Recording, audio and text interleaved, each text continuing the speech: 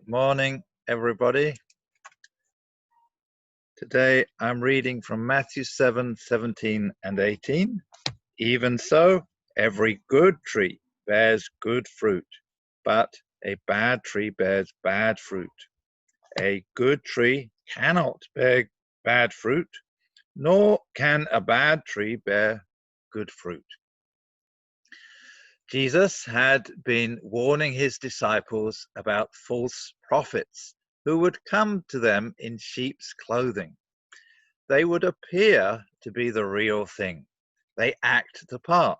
They know the language. They have learned what to do and when to do it.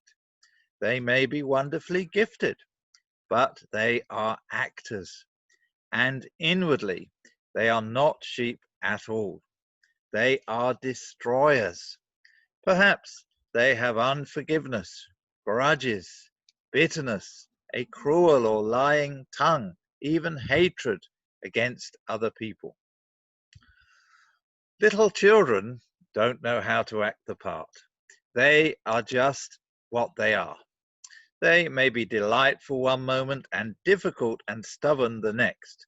Their sinful nature is laid bare for all to see.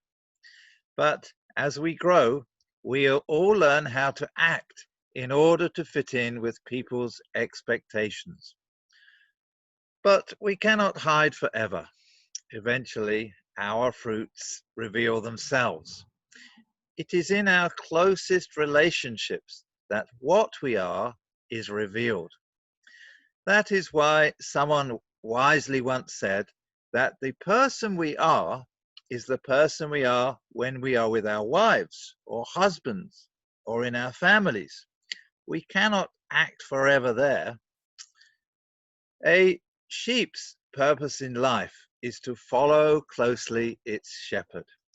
But the ravenous wolf is interested in filling its own stomach and has no qualms at even feeding on the sheep. He is me-centered, self-centered, not Christ-centered and others-centered.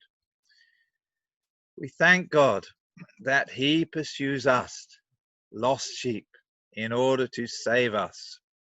When he calls and justifies us by his grace, he sets us on the road towards being conformed to the image of his Son. He changes our nature. He changes who and what we are. We are no longer actors, but the real thing. To be sure, our attitudes and behavior are not all perfected in an instant, which is why the epistles are so full of instructions teaching us how we should be. But something radical and powerful has happened to us.